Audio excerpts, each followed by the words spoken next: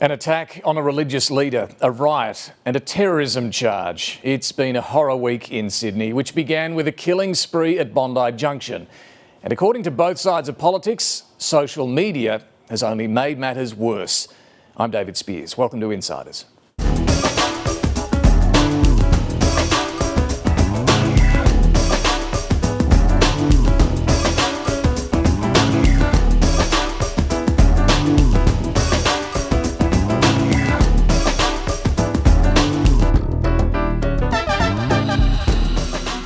The week began with Sydney reeling from the knife attack at Bondi Junction. The offender, police say, was targeting women. Then came another terrifying knife attack, targeting an Assyrian Bishop in the city's west, followed by a riot. A 16-year-old has now been charged with a terrorism offence. The two attacks have sparked debate about definitions of terrorism, the role of mental illness and the scale of gender-based violence. Then there's the role of social media. Misinformation spread like wildfire through the week, stoking tensions in an already volatile environment. Breaking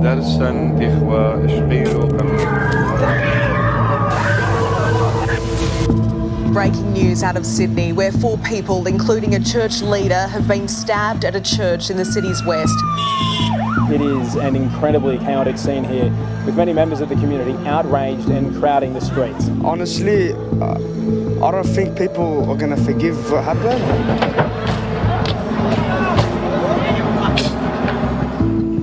People converged on that area and began to turn on police.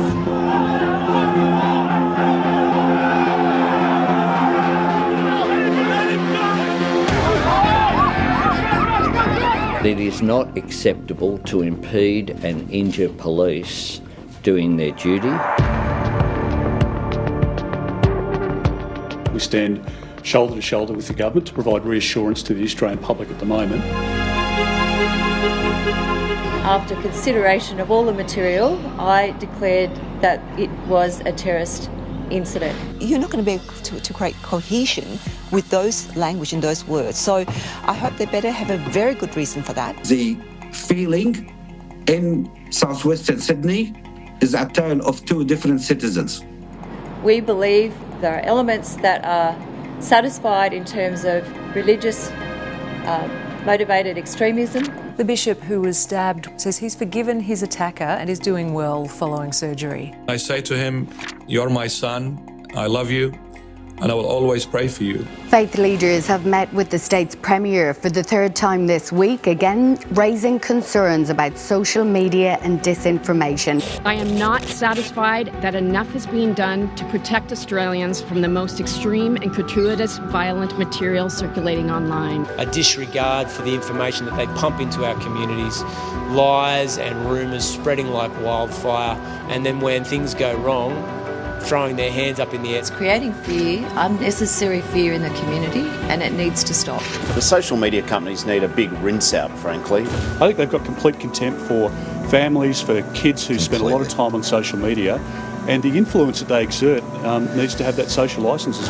Look, we are prepared to take whatever action is necessary to haul these companies into line. We've made that very clear because of the damage that a failure to act can have. Thanks very much. Thank you. My guest this morning is Opposition Leader Peter Dutton. First, let's check what's making news. An explosion at a military base in Iraq housing pro-Iranian paramilitaries has killed 1 person and wounded 8. Reuters reports Iraqi authorities are blaming the explosion on an airstrike but aren't saying who was responsible. The United States says it has not conducted any airstrikes in Iraq today. Meanwhile, an Israeli airstrike on a house in Gaza's southern city of Rafah has killed at least 9 people, including 6 children, according to local health authorities. Closer to home, the Nine papers report 2 more people have now been charged over the riot that erupted after the stabbing in Wakeley on Monday night. A 45-year-old father of 3 is alleged to have stood outside the church and yelled that the alleged attacker would not be leaving alive. Police say an angry mob of 2,000 people turned on officers, leaving 51 with injuries. And finally, Brittany Higgins has broken her silence with a statement thanking Justice Michael Lee for his judgment that she was raped in Parliament House. As Samantha Maiden reports, the former Liberal staffer has also offered an olive branch to her former boss, Linda Reynolds, and Chief of Staff Fiona Brown, acknowledging they were also hurt and saying for that, she is sorry. We're going to begin with the fallout from events in Sydney. There's a lot of anger being directed towards social media companies from police, religious leaders and politicians. The tech giants were slow to take down graphic content when directed to do so, and only have a voluntary code of conduct when it comes to the spread of mis and disinformation. The two sides of politics have so far been unable to agree on tougher laws. Well, perhaps that's about to change. Let's see what the panel makes of it. And we're joined this week by Lenore Taylor, Phil Coorey and Samantha Maiden. Welcome to you all. Look, we'll get to social media in a moment, but Lenore, just, I guess, a big picture look at this past week in Sydney. It was a real test of social cohesion. How do you think it was handled? Well, I mean, it showed how febrile and how volatile things can get and how quickly when fueled by misinformation and graphic imagery on social media. But it did also show that political leaders and faith leaders can pull things back. I mean, the Premier had that crisis meeting of faith leaders late on Monday night, but like very quickly in the middle of the night when the riots were happening. And the Muslim leaders were calling for calm. You know, the Assyrian Bishop forgave his attacker and called for calm. So the leadership of churches and political leadership did manage to pull it back, but it was very volatile. Yeah, Monday night I think a lot of people, including political leaders, were really holding their breath after what happened and the riot that followed. The Prime Minister, for his part, stood alongside the security chiefs to, well, almost plead for harmony. We have overwhelmingly a harmonious society in Australia. In my local community, people of different faith live side by side, and that is overwhelmingly the experience of Australians. It is vital, in my view, that we continue to stress what unites us and that respect for each other be maintained at all times. Fortunately, there weren't reprisal attacks after that, but Phil, on that riot that took place, you know, police are now saying about 2,000 people turned up, 51 police were injured.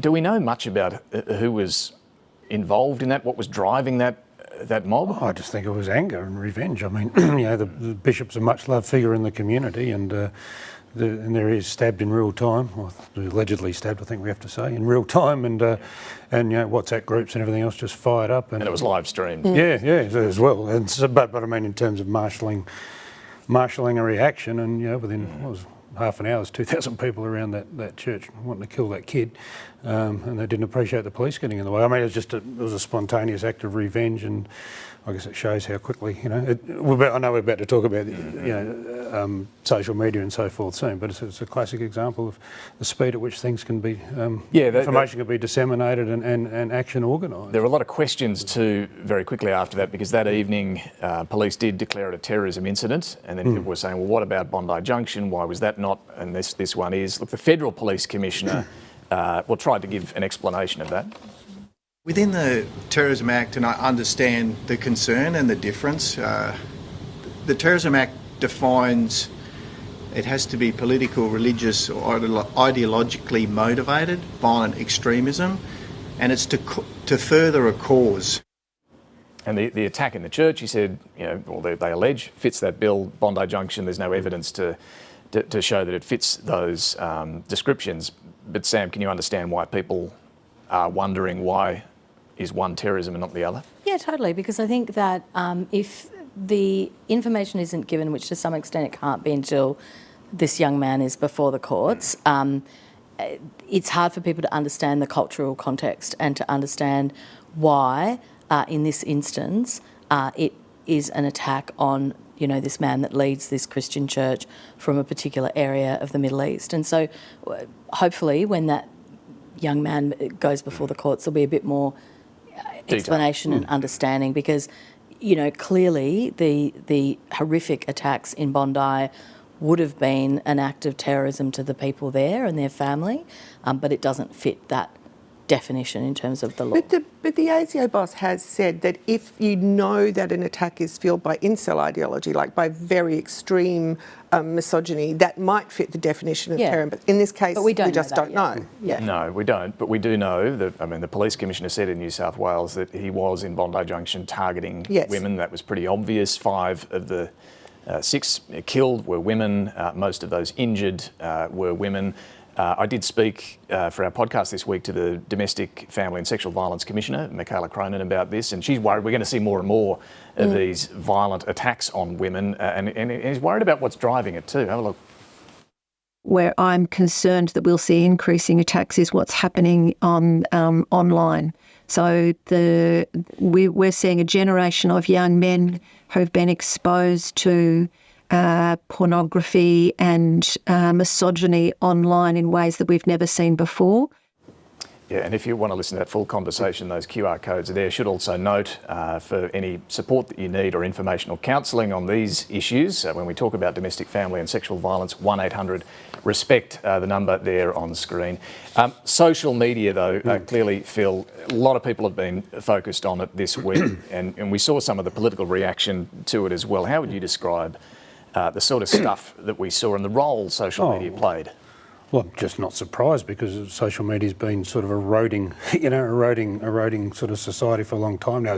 Social media is such a great misnomer. I mean, it can be used for so much good, but so much bad comes out of it. I mean, it's already pretty much torpedoed civil discourse. It has no respect for the rule of law or defamation or sub judice, and now, they don't mind posting snuff videos. It's just a law unto itself, and I think we're up to now, it's completely desensitising a whole generation, that lives on it. It's just completely desensitised to it. I mean, it operates in parallel with all of us here in the organisations for which we work.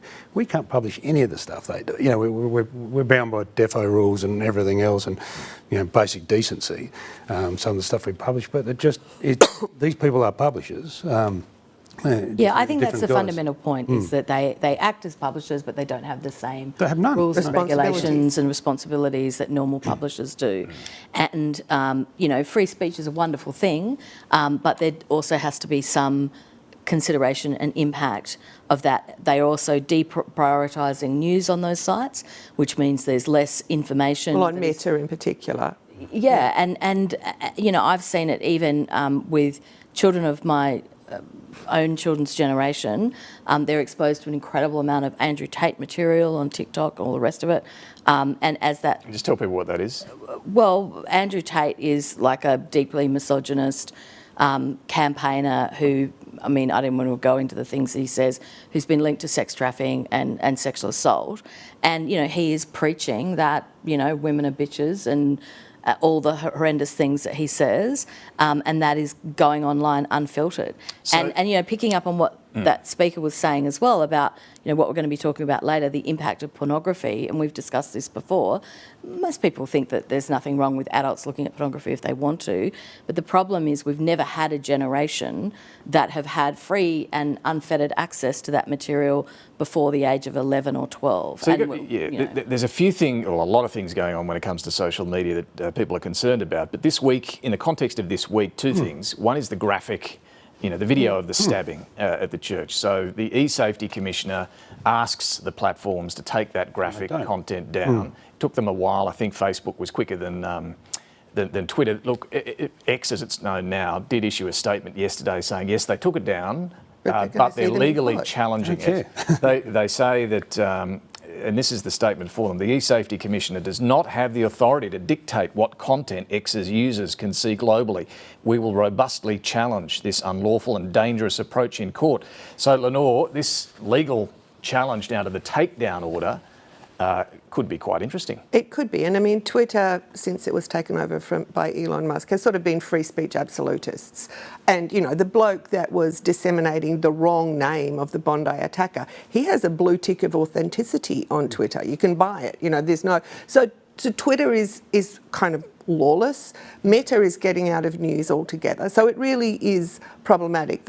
If Twitter takes the government to court over the taking down of graphic images, that will be a test of takedown. But then separately, we've got the misinformation bill. So where's that up to? So the government delayed it, and then they're saying they're looking at it again because there was quite a campaign against it, partly because of concerns about the definitions of misinformation and disinformation, which I can understand, but also because there was this whole campaign saying this was an Orwellian, ministry of truth that would hurt free speech. Well, I think public opinion is firmly now behind the idea that we do need some guide rails around misinformation and disinformation. So I wouldn't be at all surprised if the government brought this bill back quite quickly. You'd think the argument to do something tougher here has been strengthened by the events of... Oh, absolutely. But what can you... I mean, I'm not advocating this, but the Chinese, you can ban it. You can ban these... But this isn't a ban. This is like the regulator overseeing the existing voluntary code. It's an oversight. It's like not about giving them a bit of a stick. though, because they're not going to be able to go through. No, it's not about takedown. It's about enforcing the code. But at least it's something. Well, we had this debate when the mosque shootings in New Zealand. Remember that piece of dirt who did that, televised that live, right? And Scott Morrison went hell for leather. G20 and went to G20 after G20 trying to get global sort of cooperation on this sort of thing. Nothing's happened. Well, that went to the live streaming of but same like thing. But you look at the events of this week. So what this law would do is empower ACMA, the regulator, to not necessarily say that one's got to go, that one's okay, but to say to the platforms, you've got to have a robust misinformation, disinformation. And the voluntary code you signed up for, you actually have to do it. And if they don't, then big penalties, serious penalties apply. As you say, the coalition have had issues about this a lot. I think a lot of the debate during the Voice referendum last year saw a lot of different views as to whether we need this sort of thing or where you draw the line on this. It's almost like they're sort of rivalling the power or the authority of governments, these things, and I think it's got to the stage now where governments have to show who's in charge. If they don't, then, and I mean, I think the issue with Meta, which is slightly different but equally is also concerning, that if they deprioritise or get rid of news altogether, then there's nothing to counter misinformation on Facebook and Instagram. Well, time to talk to Opposition Leader Peter Dutton. And as mentioned, there are growing calls to crack down on social media companies after the events in Sydney. There were false claims a Jewish man was responsible for the Bondi Junction attack and false claims it was Islamist terrorism. And similar misinformation took off after the knife attack in Wakeley. We were struggling over the last week with particular websites and pages that, as I said, were spreading lies and disinformation. So if we can prevent or stop or put social media firms on notice that there'll be consequences if you don't take an active management of what's happening on your own websites, that'd be good for the state. We'll support the government in cracking down, getting tougher and finding ways of getting outside this sort of voluntary compliance regime that exists right now and actually getting tough on these platforms and what they're allowing to be seen. Peter Dutton, welcome to the program. Thanks, David. So is there a case, do you think, for tougher action against social media companies? No question at all, and I think there's a bipartisan position in relation to this.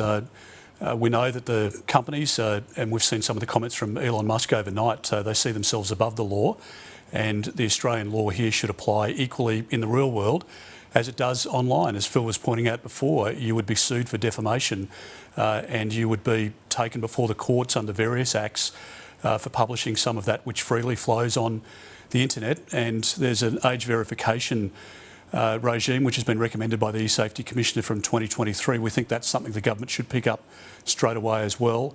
But the Online Safety Act has significant powers in it. We passed it when we were in government and it needs to be enforced, and if the laws are inadequate and they need to be strengthened or added to, then we would support any effort from the government. So there's two things, I suppose, here. One's the graphic content material, the takedown order that was issued, and as you referenced there, X or Twitter has said we're going to legally challenge that. What do you say to Twitter? Well, I think there's a red herring in a sense here when Elon Musk says that there's not extraterritorial reach, that is, the Australian law can't apply to other parts of the world. I'm sure that's the case, but in terms of the content which is displayed here or broadcast here, well, the Australian law does apply.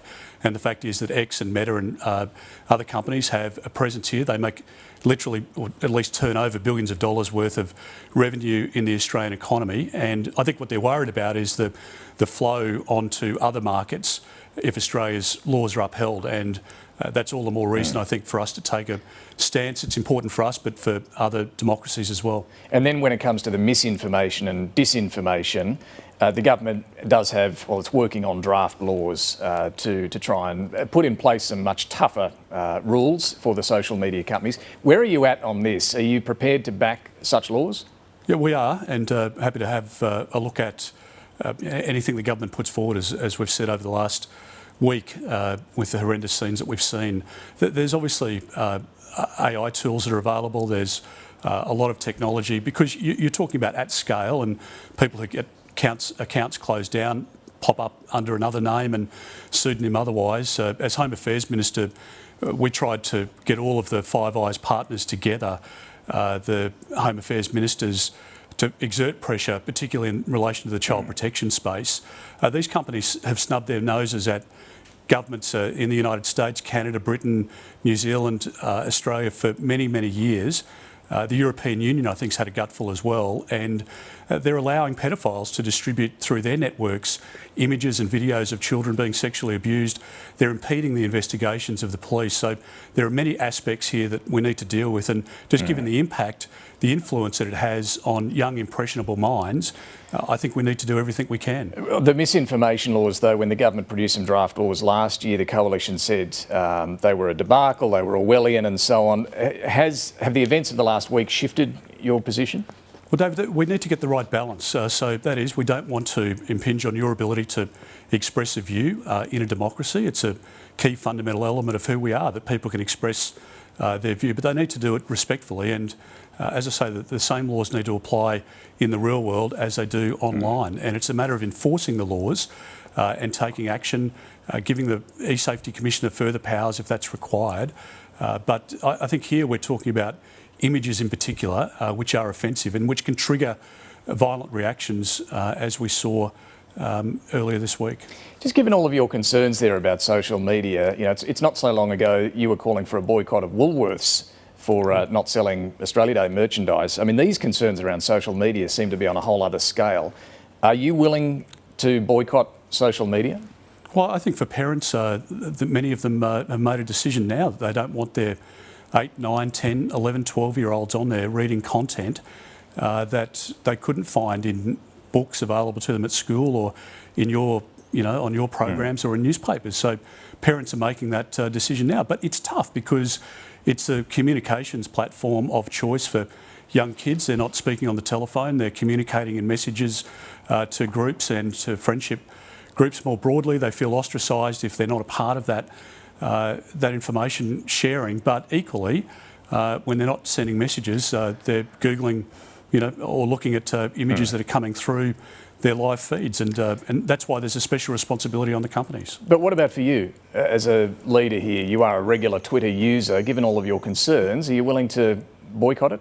Well, to be fair, I'm not. I can't stand it. I can't stand. Well, you post every most other day. Social media. Well, certainly my staff do, and I give I send stuff through if I'm being honest. But look, in terms of our own experience, we didn't allow our kids to have access to that, and we resisted for as long as we possibly could. And I think that's the most appropriate action here. But you'll keep posting under your name and face. We'll keep posting, but we won't post disinformation or misinformation or violent images. So used, again, as Phil pointed out before, used in a responsible, sensible way, it's fine. But people, again, I mean, the actions that we saw at the church the other night, the violent response there, I suspect those individuals would have responded in that way regardless of what Meta or other companies did, because that reflects their values and their approach, and a violent reaction is how they thought they should respond to that situation. I was going to ask you about that because you've given a couple of speeches lately where you've talked about non-citizens who incite or choose violence should have their visas cancelled and be deported. I'm not sure whether there were any non-citizens in that crowd, but turning on police, that sort of violent reaction, should that apply to them? Of course. It should apply to any non-citizen, because this is a fundamental point, David. If a decision maker at the Department of Home Affairs had looked at the application for that person to come to our country and been made aware of video of that nature in another part of the country where that person was born, they wouldn't issue the visa in the first place. So if you come here, you sign up to the conditions of the visa. That means that you conduct yourself according to Australian law, and if you don't, you can reasonably expect to have your visa cancelled. So anyone in that mob the other night who's a non-citizen should be booted out? Well, depending on the evidence that's available to the police or to the authorities. If people have acted outside of the law, then they should face the full impact of the law. And I want to ask you too about the Bondi Junction attack and the fact, as police say, the offender was targeting women. We do know this is a growing problem. The average number of women killed each week is more than one. Do you agree this is a crisis, and what should be done about it?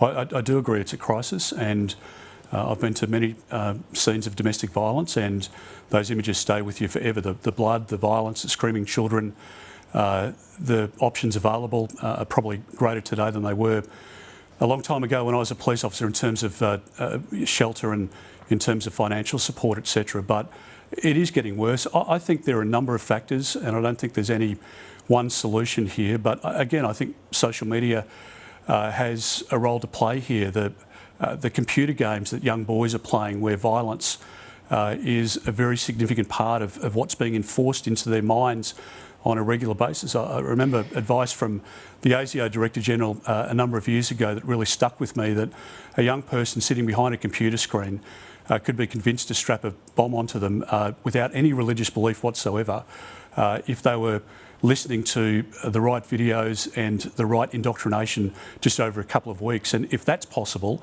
then the treatment of women, what they're seeing in some of the computer games, what they're seeing on social media, the normalisation of all of that, just the lack of manners in society more generally, because I think social media has dumbed that down.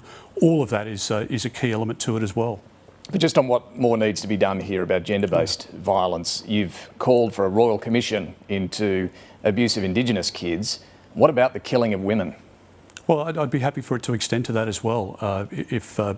I suspect there would be many within the NGO sector at the moment that could point to programs that they've got that if they could be scaled up, then they could have a big impact. And maybe there are some other programs that aren't working as hopefully as what we would want. Certainly during the course of COVID, we poured literally billions of dollars more into mental health services support for domestic violence because we were particularly worried about people being stuck at home in violent relationships and in circumstances where they couldn't escape. All right, but you would support a royal commission that covers... Look, David, I'd be happy to support anything at all that sees the incidents reduced, that sees women and children growing up in a safer environment, and also, frankly, to point out where programs are working and the vast majority of good that happens in our society that we need to talk about, but where we get it wrong, we should be addressing it, and this is the number one priority. Let's turn to your big policy move on nuclear power. Is it still the plan to announce this before the budget, or has it been pushed back? Well, we'll have more to say in due course, and I'd love to give you a scoop this morning, but... Just the timing, is it still pre-budget? Well, there's policy work that we're doing at the moment, and we'll make the announcement as soon as we believe it's firstly ready to go, and secondly, it's the most opportune time for people to hear that. So sounds like it might have been pushed back. Well, I mean, obviously the events of the last week, for example, meant that part of our program couldn't be rolled out, and that's not unreasonable, as you would expect. News events overtake all sorts of issues. The government had a defence policy that they wanted to spend some time on during the week. They were distracted by that as well. I think events just happen, and you have to deal with that. So we'll announce it in due course, but we're doing that because I believe it's right for our country. I want to see manufacturing grow. I want to see power bills for families reduced, not increased. I want to see businesses prosper so that they can employ more staff and pay more taxes. That's the reason that we're doing it. And as we know, 90% of baseload power comes out of the system over the next decade. So there are a few concerns about going down the path that you're talking about here. One is time. 90% of our coal-fired power stations are due to be shut in the next decade. You're not going to be able to get a fleet of nuclear power stations up in that time. So what would we do in the meantime under your approach?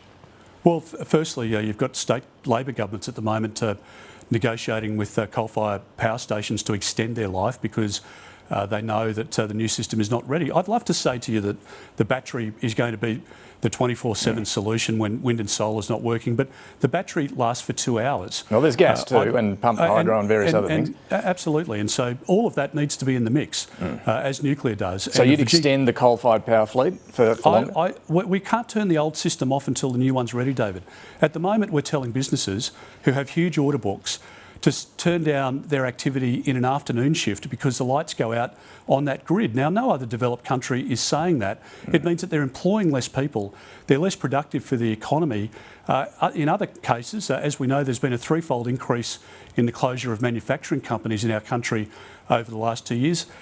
All they're doing is going offshore and they're manufacturing there. Greater emissions going into the environment. We lose out on the jobs and the economic productivity.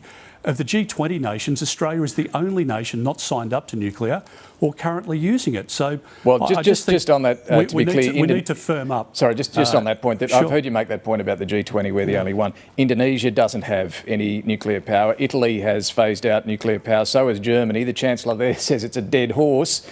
Is it wrong to suggest we're the only ones? They're using it in the case of Europe. Look at what France is doing. They're providing the nuclear power to other economies. If you look at but we're not the only ones without nuclear. Other economies are relying on nuclear power, Dave. Now we're but we're not the only ones who aren't. Well, Western economies, developed economies, are only operating because of firming up power. I know that people want to pretend that wind and solar can go around the clock. It can't.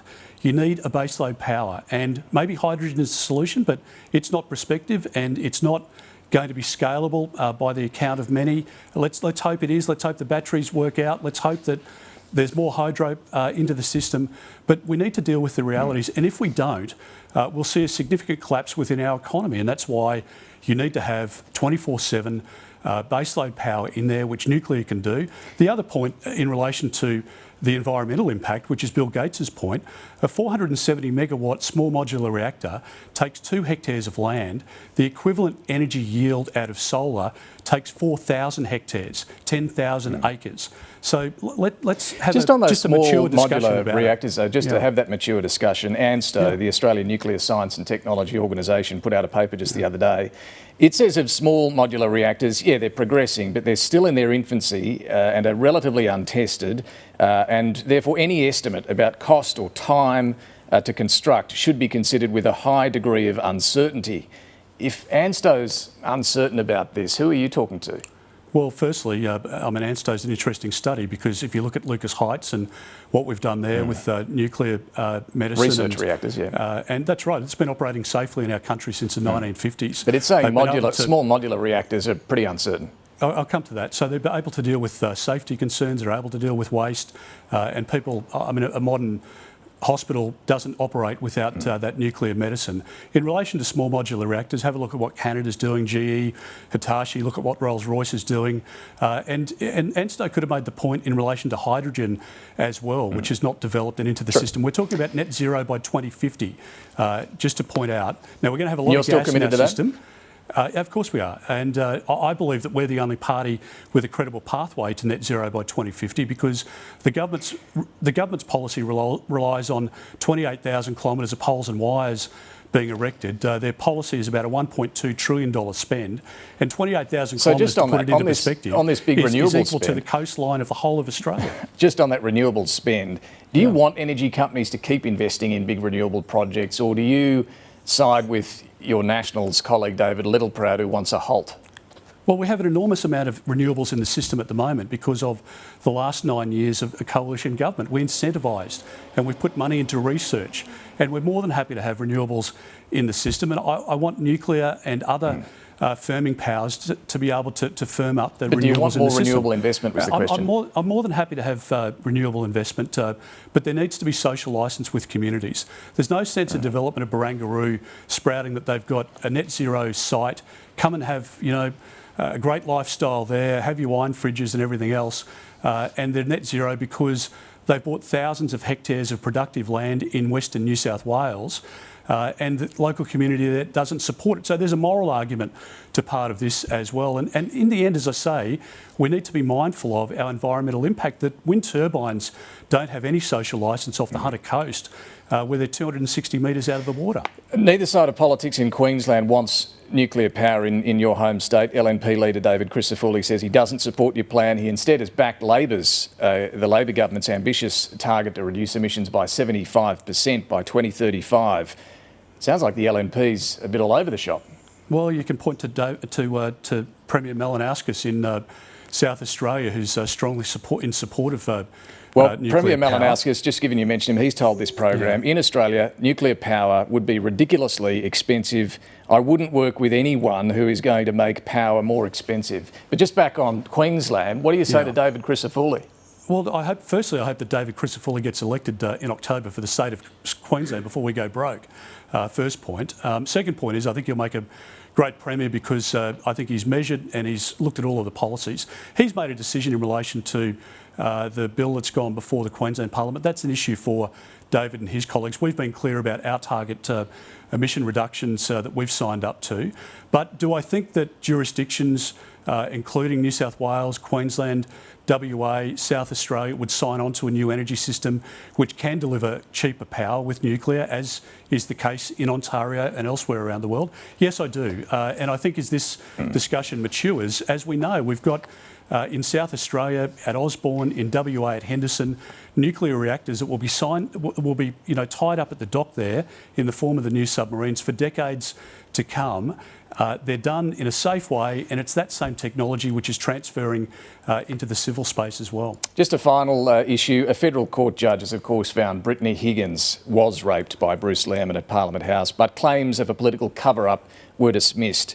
Should Brittany Higgins be allowed to keep her damages payout, do you think? Well, a couple of points. Firstly, I thought Brittany put out a gracious statement last night. Secondly, I don't believe any workplace should be unsafe for women or for men for that matter. And there are a lot of changes that have taken place at Parliament House, which is a good thing. In relation to the payout, I don't think the issue's on Brittany's side here. I think Cathy Gallagher and the others within the Parliament, within the ministry, who very quickly settled this matter, which is, again, a matter that Justice Lee reflected on in his judgment. Well, there was a year of negotiation over that settlement, according to the documents. Again, I think without precedent, and I think that's part of... anyway, Justice Lee can speak for himself. Should the payment stand, though? Well, I think if there are matters that are of concern, then they should be looked at. But I don't think the problem in relation to the payout is on Brittany's side. I think it's on the government side, and I think others have pointed that out. If there's an inappropriateness to the political opportunism that Cathy Gallagher and others tried to eke out of an alleged sexual assault, then firstly I think that reflects poorly on Cathy Gallagher, but also on the government as well. All right. Well, look, you also said Linda Reynolds deserves a full apology. Yes. Should Brittany Higgins be offering a more fulsome apology, and should she be paying damages to Linda Reynolds? Well, that's a matter for the court, or it's a matter for the parties. I note the comments that Brittany's made overnight in relation to Linda Reynolds and Fiona Brown as well, and I think they're very gracious. All right. Opposition Leader Peter Dutton, thanks for joining us. Thanks, David. Thank you. Well, coming up, we are going to get into that federal court ruling on Brittany Higgins and Bruce Lehrmann. First, let's continue this conversation. Back to our panel, Lenore Taylor, Phil Coorey and Sam Maiden.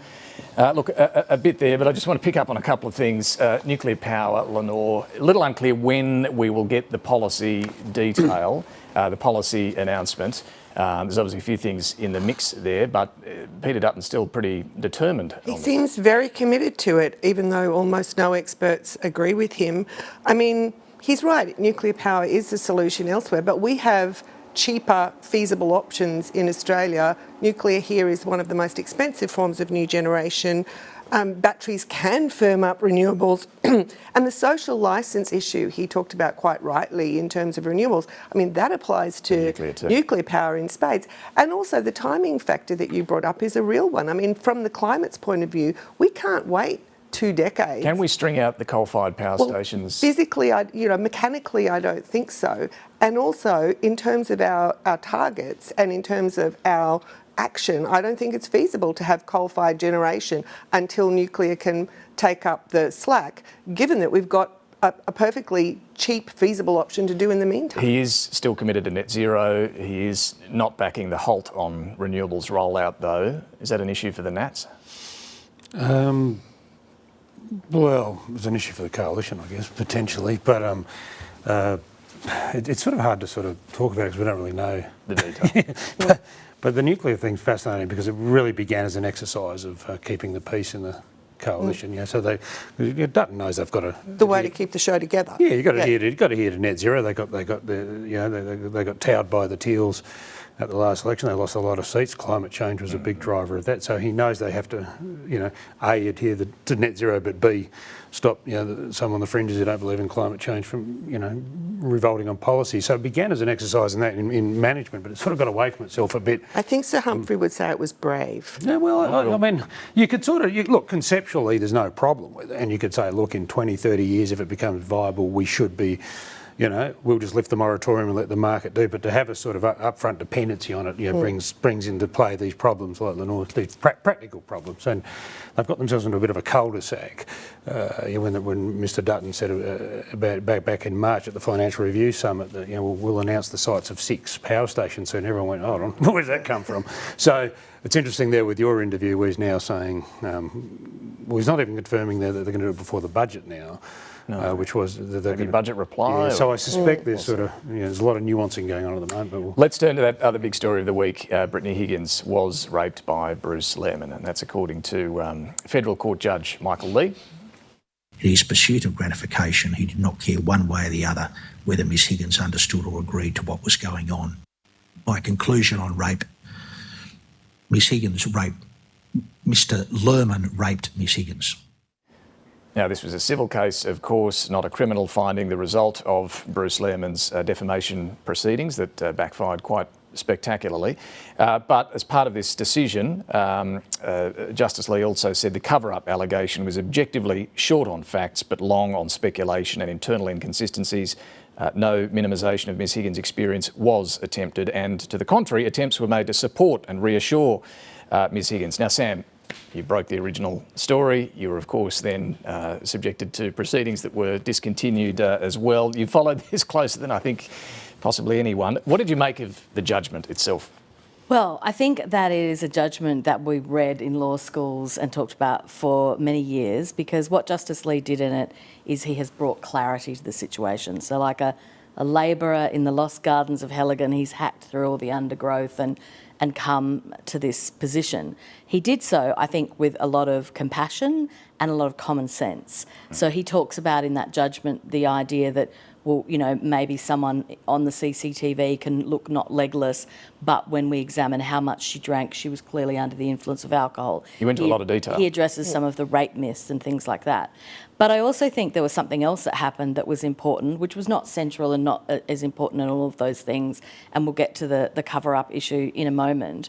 And that is through the evidence of Taylor Orbach and the work of all the lawyers, from Sue Chrysanthou SC to Malia Saunders from Channel 10 and Matt Collins KC, they managed to get this evidence from Taylor Orbach that the judge said was, quote, significant on the issue of who has been leaking Brittany Higgins' phone and her private details. And not just her phone, we don't know the answer because he didn't rule on this, but a whole bunch of other material that was in spotlight. And I think it is worth just pausing and having a think about what has actually been going on over the last year. The judge made findings on very discrete elements of those leaks. He didn't find in all the cases that Orbach said that material was leaked by Bruce Lehrmann to Spotlight, didn't uphold all of that. But in the instance that he did, he painted a picture of what has actually occurred here, which is that if you follow Justice Lee's findings, a rapist has weaponised the records obtained by police for a criminal trial to humiliate and target a rape victim. And he has sold that material to the highest bidder, Channel 7. And this is something that is very serious, and until Justice Lee made that statement, no court in the land, whether it is Walter Sofronoff, which wasn't a court, or even the ACT Supreme Court, has been prepared to take action on this or even investigate it. Yeah, that's a very good point.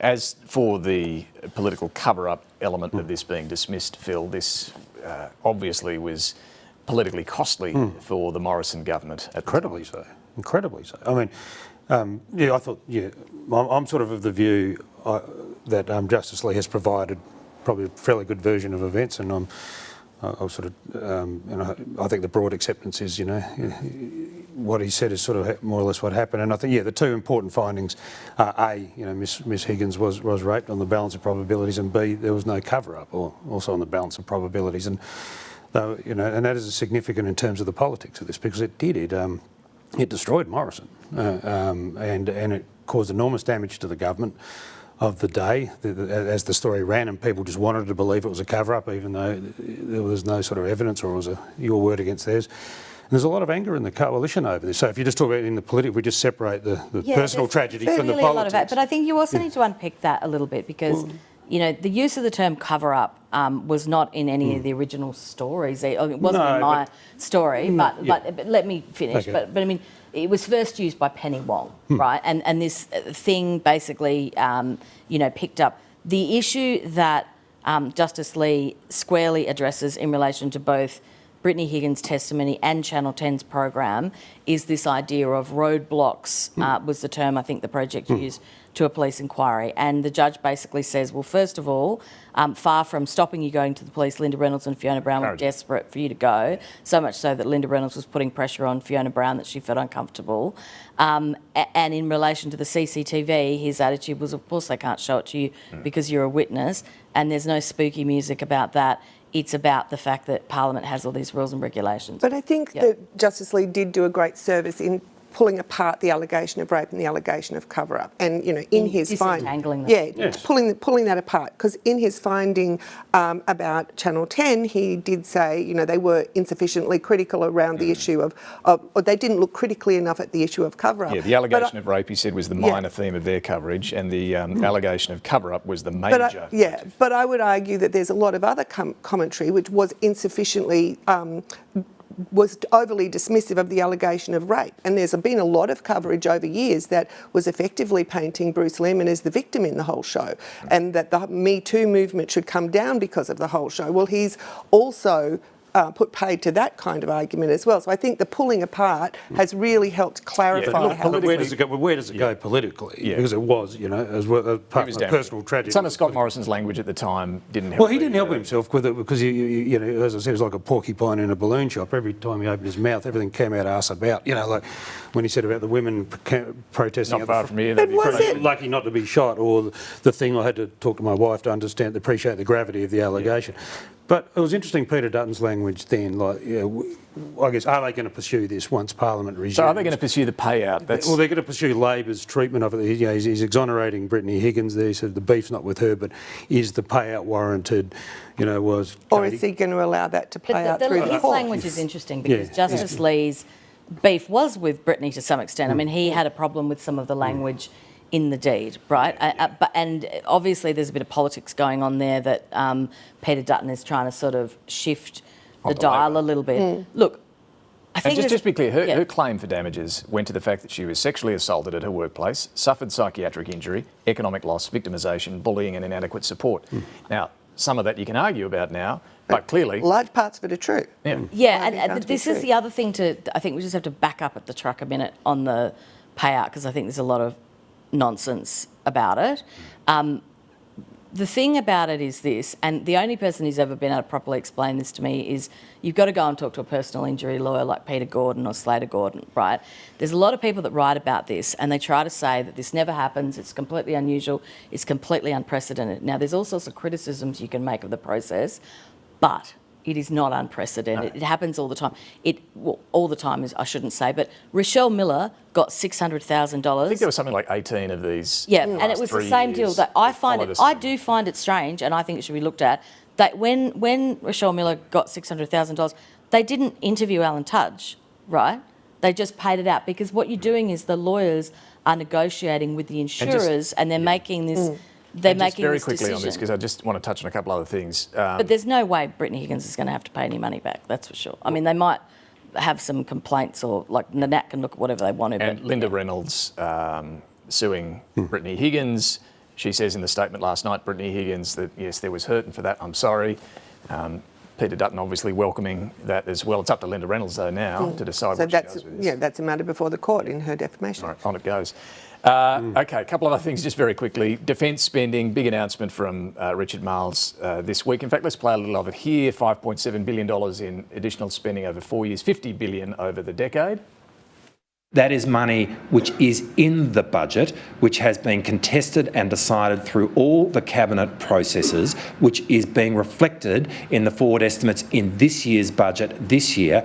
That growth over that period of time is the most sustained growth in the defence budget since the Second World War.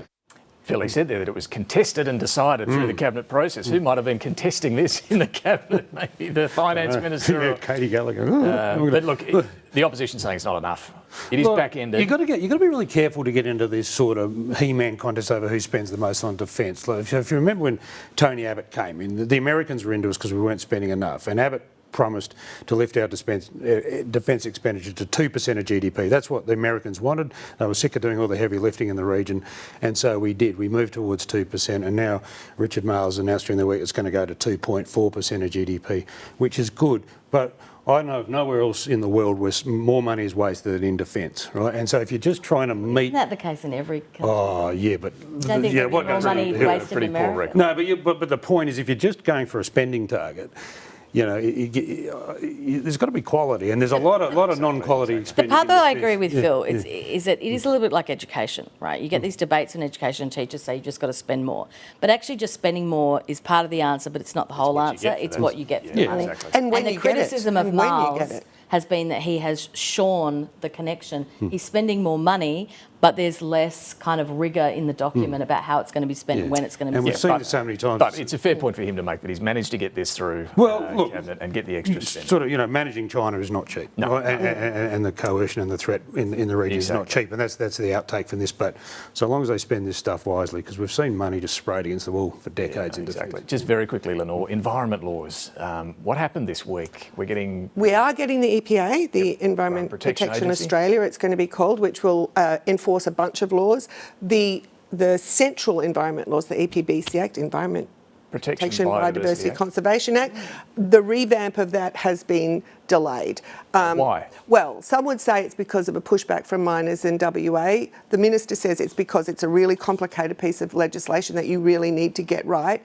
And I think that's true, because we know for sure that the minute this legislation is out there, someone's going to challenge it in the courts. Yeah. And it's, you know, like 1,500 pages long, an enormous thing. So, but it has been pushed back. So I mean, she's not putting a timeline on it now. I think we'll probably get an exposure draft or something before the election, but I think it's getting quite tight to get the legislation through before the election now. And it is the centre of their endangered species. Look, the department told Senate estimates during the week. Sorry, Lenore. Department said during the week that they're still on track to release the ledger this year, but everyone is being told in private, whether it's the Greens or the Enviro groups, there won't be a vote this side of the election. There's a lot of heat coming from WA and to a lesser extent Queensland. There's efforts to conflate this with the Cultural Heritage Act, which was a disaster in WA, and there's just a view. But you could say the Cultural Heritage Act is the reason why you really need to take your time to get it right and not put it in half. And it is complicated. But they've done a lot already. I mean, they've done many months and hours of consultation. Look on the Senate committee website. It's been a lot of consultation. Our panel, Sam Maiden, Phil Coorey and Lenore Taylor, will be back very shortly with some final observations. Time now for Mike Bowers and Talking Pictures.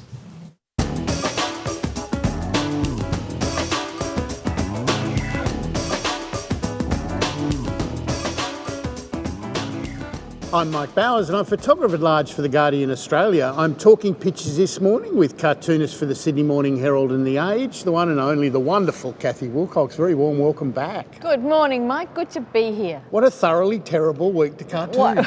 What a horrible week. And yet it had its moments. Cathy, it felt like the case that stopped the nation as Justice Michael Lee delivered his verdict on Lehrmann versus Channel 10 and Lisa Wilkinson. Yes, and weren't we glued to our sets, as they used to say? I did think at one stage that he was actually writing his judgment for cartoonists. It was a very nice use of imagery and so forth, and gave us all something to go away with and work on. It really did. Johannes Lee has got Bruce Lehrmann crossing the road with his pants on fire. Let's go, lights and fires. Yes, and things come back to bite you. Liar, Bruce on fire. Yes. This is a very deep Pope. He's got Lady Justice here in the massage parlour saying to the workers, I've got this, and seems to be holding a tattoo gun. Well spotted. I think you're right. I think it's a tattoo gun. Not sure about the colours here, but it looks like it could be suffragette green and purple. He's got Bruce on the massage table. I've got a big defo payday due today, so how about you girls give me the special? I think she's going to be giving him the special in very permanent ink. Yep. This is beautiful. Here he is with a spot of something on his tie. You sully my reputation. I'll see you in court. And later, the Federal Court of Australia, and out he comes. Covered in brown paint. And being followed by flies. And where's his hat? Would you like me to draw it on now? I'm happy to draw it on for you now if you want. You know, like I can do that. There we go. Okay. Harry Bruce from the Townsville Bulletin, did I get him? It was seriously one of the most spectacular misfires in recent history. For somebody who had, in the first instance, the right to remain silent. Yeah. But he should have kept that, right? Mark Knight, having escaped the lion's den, Mr. Lehrmann made the mistake of coming back for his hat, Justice Michael Lee. Mark's gone to the lion's den and just got one eye. Maybe I've miscalculated this. Yeah. Dean Alston from the West Australian. Anyone seen Lehrmann? There seems to be some bones here missing and a hat. Very nice Sousian hat, isn't it? Yes, it is. Not a skerrick. Not a skerrick. Nope. As they're all licking their chops. Beautifully drawn, David Rowe. Having escaped the lion's den, Honourable Justice Lee, Mr. Lehrmann, your hat, as he's sort of passing it to him there. And he seems to be naked. My sketchbook had several pages, before I ended up with my simple cartoon, it had several pages of trying somehow to capture this trail of destruction, but of course Rowe did it better. Yeah, no, and here's Lisa his sneaking job. out with never mind here as she seems to be slopping through Slopping, and there's Maiden, and there's Ego, and there's Stokes, 10. and there's 10, and there's Rape, and there's 7, yeah, and all the rest of it. Bruce, and even Bruce fought the law, and the law won, which was, yes, the... Sonny Curtis hit. Beautiful Fiona Katauskas. He's lied repeatedly, behaved atrociously, and totally destroyed my reputation. That may be true, Mr. Lehrmann, but you can't sue yourself for defamation. It's one of the great self-inflicted wounds of all time. Cathy, thanks for unpicking the events this week. I'll let you do the honours. It's been fun, thanks, Mike, and back to you, David. Thank you, Cathy. Thank you, Mike. Time for some final observations. Before we get there, we heard Peter Dutton a couple of times there reference Katie Gallagher, the Finance Minister, in the settlement payment to Brittany Higgins. Her office is just clarifying that she had no involvement at all in the negotiations over that settlement payment, nor the payment itself. Her department does sign off on the payment as being Finance Department. Sam? Sticking with the theme, I think that there is a tendency in the wake of Justice Lee's judgment in some quarters to have an outbreak of people in glass houses throwing stones. And I think most people on this couch would agree that if you are put before the federal court and the laser of cross-examination, nobody gets out alive. They're not there to hold you and give you flowers. So I think most of us should recognise that they're by the grace of God. Go all of us, not to, unpick any of Justice Lee's criticisms, but it's cross-examination is not a picnic. No. Phil? I'm going to revisit one of my earlier predictions about the possibility of an early election this year, David. I think that prospect is dwindling rapidly. Inflationary pressures are back on in the US. Economists here are now no longer sort of thinking there may be an interest rate cut this calendar year, and if that's the case, then you couple that with the Queensland election, which isn't until the end of October, and before which the federal government will not go, because they want voters to hammer Labor there before they go. I think it's now looking much... Full term. I'm unpredicting. And I'm going to make a small detour towards arts news and the fact that Indigenous artist Archie Moore won the Golden Lion at the Venice Biennale overnight, which is of particular interest to us at Guardian Australia because it was inspired to some extent by our Deaths Inside project. But massive congratulations to Archie Moore. It's the first time an Australian has won. Congratulations, Archie Moore. Thank you all for joining us on a jam-packed show. Thanks for your company as well. Finally, she didn't last long as British Prime Minister, so Liz Truss was wasting no time getting in a plug for her new book when she joined Fox News, even if it took a few attempts to get it right. We'll leave you with that. Thanks for watching. UK member and a member of the Parliament and author of a brand new book. You got to pick it up. It's called 10 Years to Save the West. Liz Truss joins us now. Liz, first off, great to see you. Your thoughts. Great to see you. And here's my new book. I'll just get it up. Sorry, I'll get it up front. There we are. Yeah, congratulations. You're making us all feel very excited about being here.